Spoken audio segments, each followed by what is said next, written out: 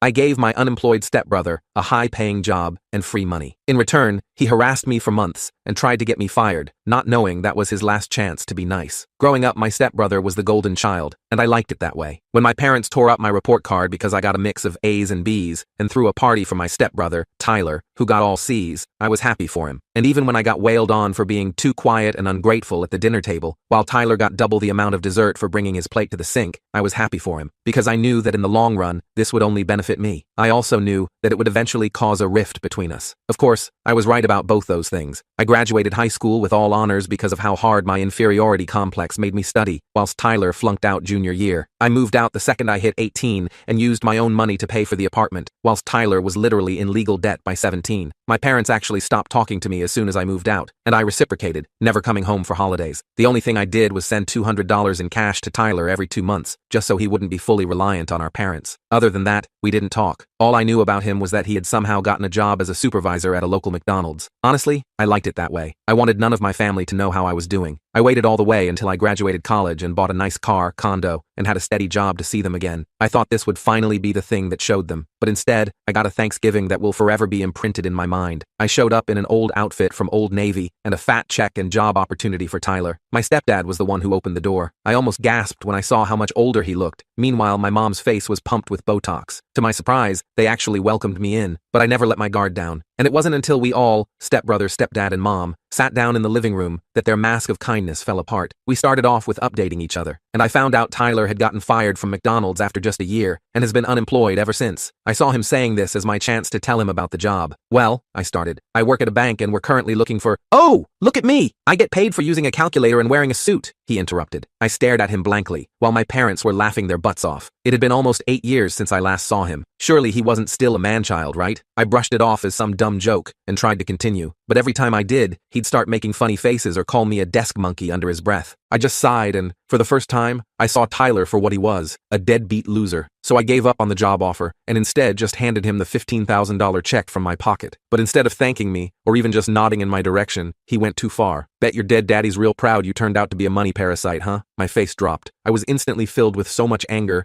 that my neck and face started burning up. I stood up to walk towards him, with my fists clenched by my side. And in response, he stood up too, except instead of facing me, it was to run away and lock himself in the bathroom. My parents practically glued themselves to the couch, not wanting to be involved. I simply walked over to Tyler and slowly began to unlock the door from the outside, taunting him. "Hey Tyler, did you know I was going to offer you a job that had a starting pay of $60,000 today?" Silence. "But hey, if you'd rather beat your hot dog all day while watching girls who will never want you, all from the childhood bedroom that you never moved out of, then more power to you."